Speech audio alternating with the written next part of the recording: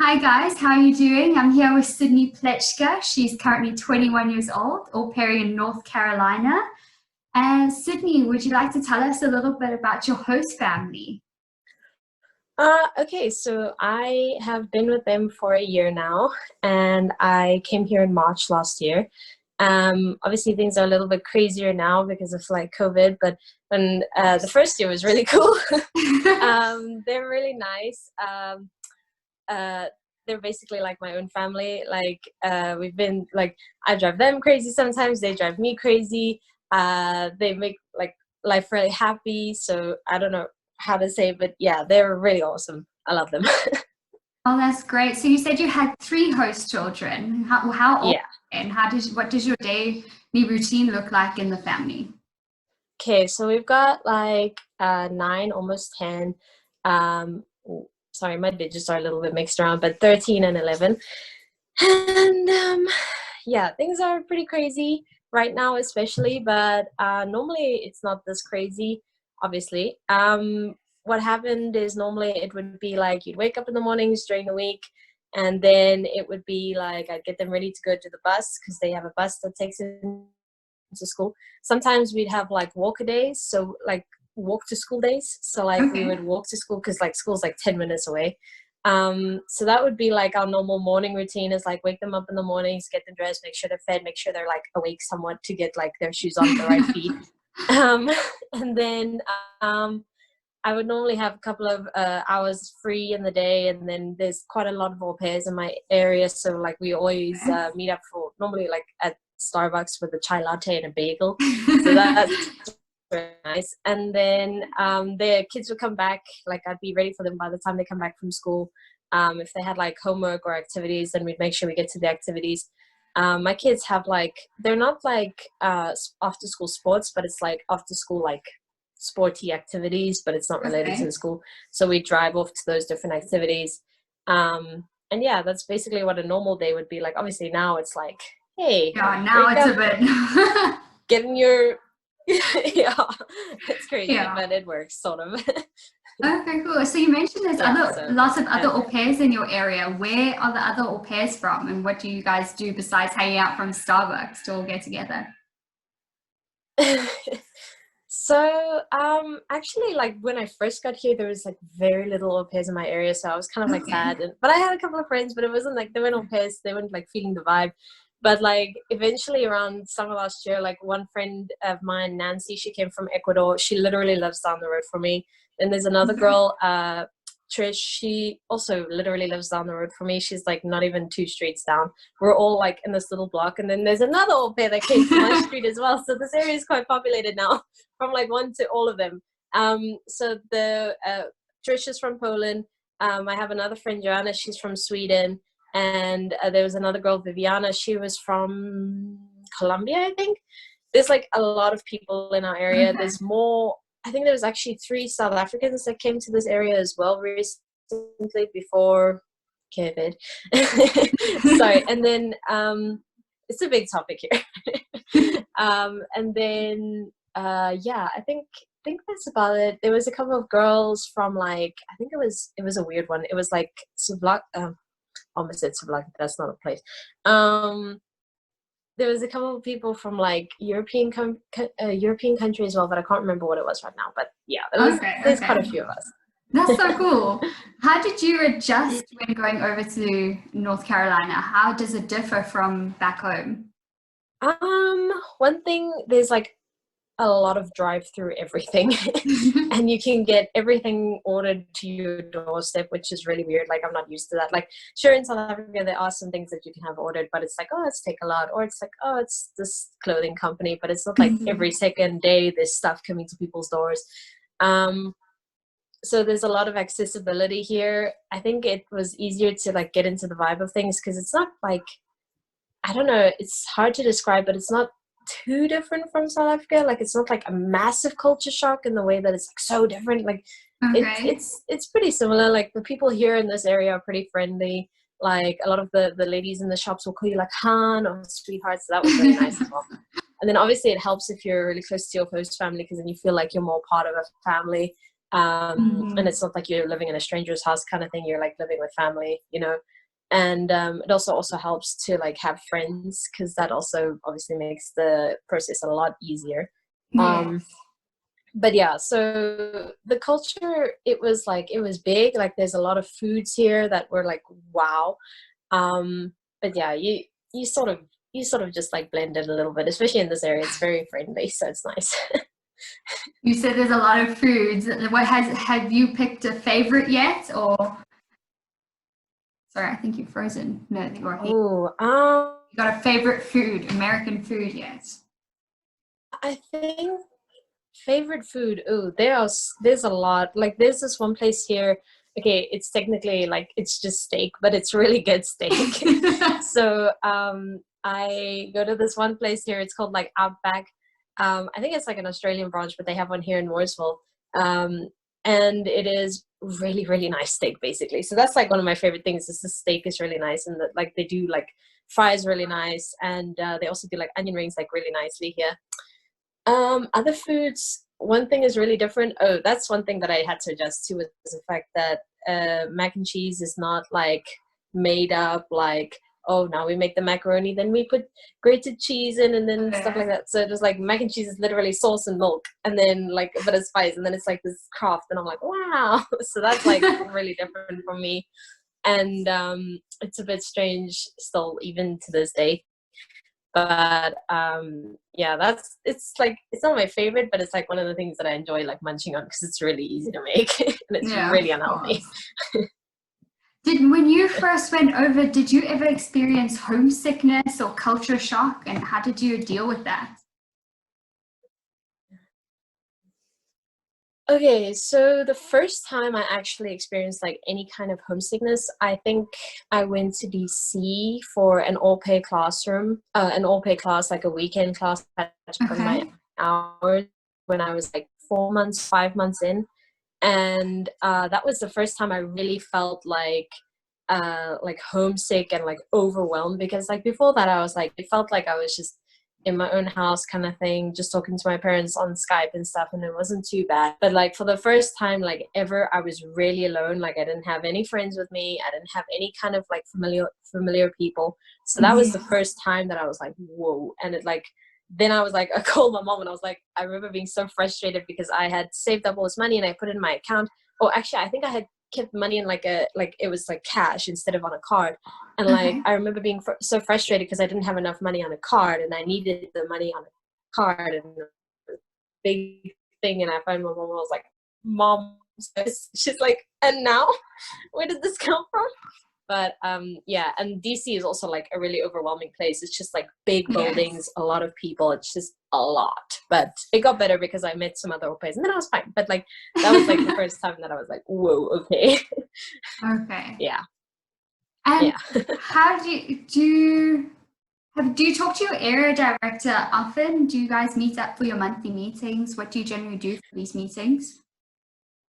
So I was a bit unfortunate, like it was fortunate and unfortunate at the same time. I didn't get to go to a lot of the meetings because I was always out of the area when they were happening. But like my area director, she's pretty cool. She normally likes to joke like, if I'm not hearing from you, hopefully you're okay, but let me know if you're not, kind of thing. So she's really nice.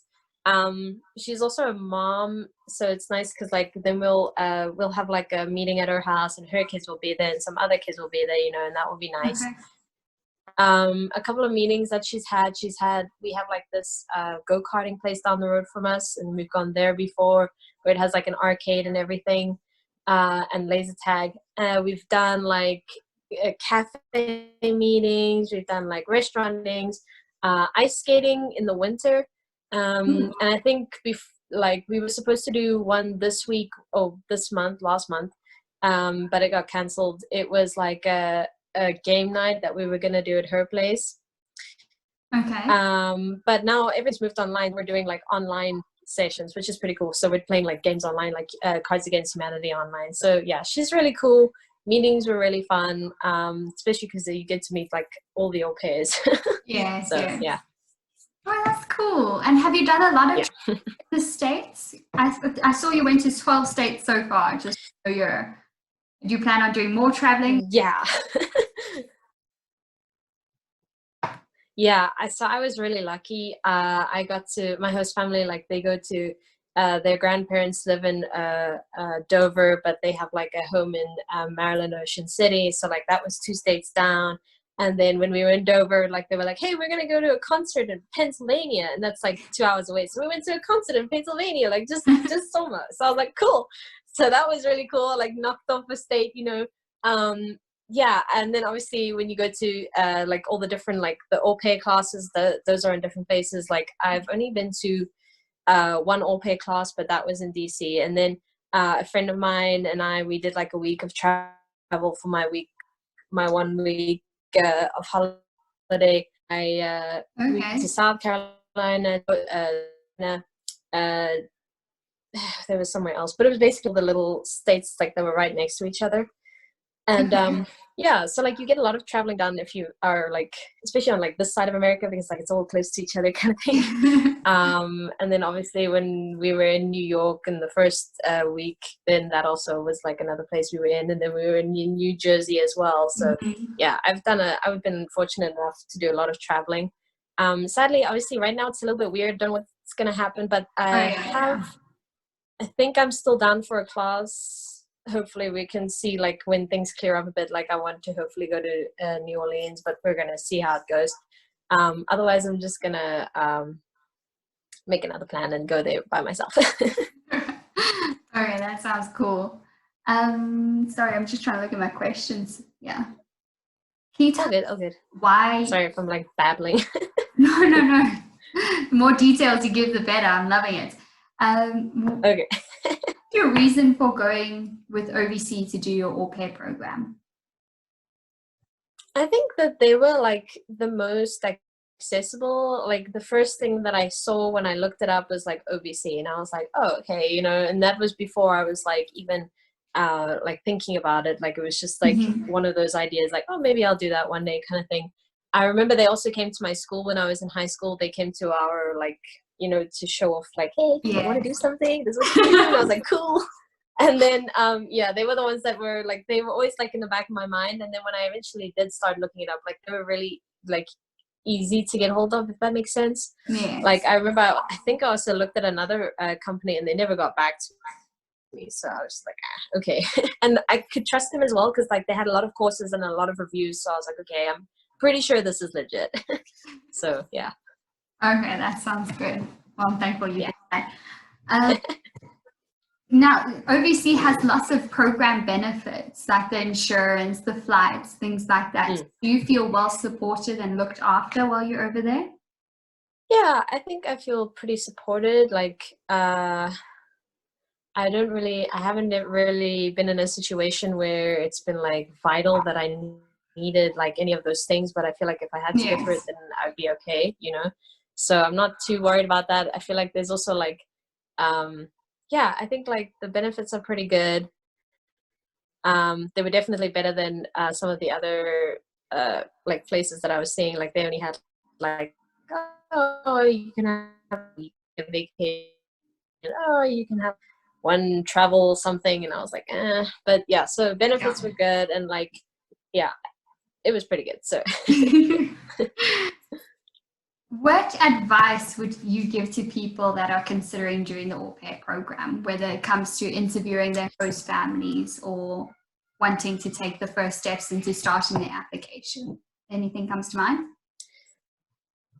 I think they have to realize that it's not a travel job. Like I know that it is advertised like, hey, you can travel, you can study, and I'm like, yeah, but like priority is the kids first, you know, like if Yes. the family needs your help, like, or if you are meant to be working, like you gotta understand that it is the kids are first. And if you have a family that's like, sure, go out every weekend, bad, then that's great. But if you don't, you have to realize that you got to know what you want to look for, like when you're making the interviews. If you don't want a situation where like you can choose, like you can talk to the family if you want to be part of the family, like you want to be a family member kind of thing, Mhm. then you got to look for that kind of thing. You got to let them know that that's that's what you'd like. Otherwise, you could end up with somebody who's like, okay, you're off at 6, we don't want to see your face, or not in a mean way, but you know, like You're done some families are working, like, please where they're leave. like, yeah, like bye bye, you can go to your room now, kind of thing. And like, you got to know what you're looking for. If you're happy with that, then that's perfectly fine, you know. But if you're not, you just have to make sure you ask those questions. Yeah, basically just the fact that it's kids first, you know. Also look after yourself. Even though it is kids first, you also have to make sure that you look after yourself, like health wise, mental wise. Like, you're feeling like that you're getting overwhelmed, you need to try and like talk to the host family about it. Good communication and stuff like that. I don't know. Yeah, that's pretty much what oh, sorry, another alarm. I've got like 1,000 alarms for all the Zoom calls. Do you have plans for when you go back to South Africa? What are you planning on doing? Okay, so I am finished BMA, an illustration diploma, so I'm hoping to get something along those lines in essay. But right now it's kind of like all up in the air, really. Like, I would be okay with anything online at this point. I'm starting to do like some commissions and stuff like that. So that's basically what I'm doing, is illustration, really. It's not a big plan, but it's something. No, that sounds cool. That sounds fun. Yeah. What's your favorite new American word or phrase that you had never heard before, but now that you're there, you're hearing it all the time? Oh my God. Okay. Well, it's not a phrase, but it's an accent. Like, the accent down here is so like soothing to the ears. I can't think of anything. Okay, maybe y'all. Y'all is a big one. Like, you think like when you're in the essay, you're like, oh, people say y'all, but like when you get here, you're like, whoa, y'all is a thing here.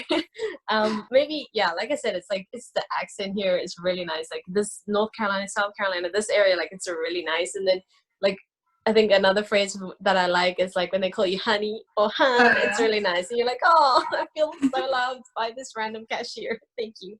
But yeah, probably y'all and honey or hun. Yeah.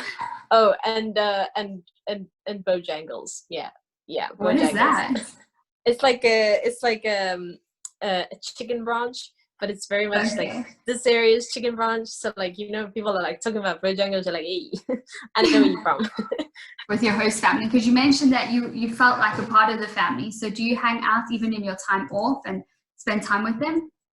Yeah, like, I've always had this thing of like, my host mom as well, like, it's never been like cut straight hours, like when you're done you need to be gone, or I have to overpay you when you're doing overpay. So it's kind of like, it's nice to know that I can hang out with them even if I'm considered being off, you know.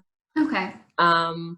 Sometimes it sucks in terms of like being close to the family, because sometimes I'm like arguing with the kids like they're my siblings, and I'm like, whoa, I need to pack it in a bit. This is not my sibling. I cannot be arguing like a child right now. I'm 21 years old. So yeah, sometimes like, that's the disadvantage, is like, sometimes I'm like with the kids and they're like back, and I'm like, okay, I need to stop this. I'm supposed to be mature. But yeah, so yeah, like, it's definitely like, they're definitely like part of my family. Like, my mom's like, oh, send love, send kisses, you know, give everybody hugs, like, show cats and dogs in the videos while we're talking to each other. Like, it's like, Alex is always holding up the cat in the background, the cat's like, ugh. So yeah, it's very much like a family environment here. And yeah, like I said, I feel like I can hang out with them even if I'm off, and I do hang out with them even when I'm off, which is nice. But I also know that I can't get out if they need me to get out, or not like if they need me, but if I need to. She's like, you need time off, just go. You need it. That's sweet. Yeah.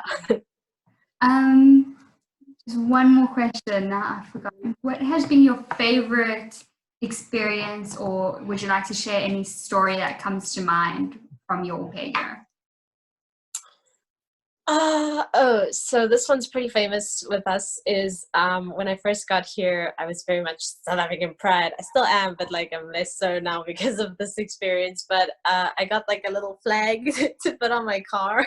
Oh, yeah. So it was like this little one that attaches to the window with like a little stick. And Sophia, the youngest, she was deciding that she needed to fart the whole time while we were driving. We were driving, and I was like, I kept having to open up the window, close the window, open the window, close the window. And then eventually, when we were in the middle of this big intersection that like literally goes onto the interstate, which is like the big highways. The flag flew off into the middle of the road, and then we had to have a moment of silence for the flag that died. And then for the rest of the week, we watched the flag travel across the intersection, and we were like, okay, tomorrow it will be on that side and we can get it back. But before that happened, there was some construction workers on the side of the road. They decided to snatch flag, stick it on a pole, so it was like flying the South African flag on like a little Mooresville intersection.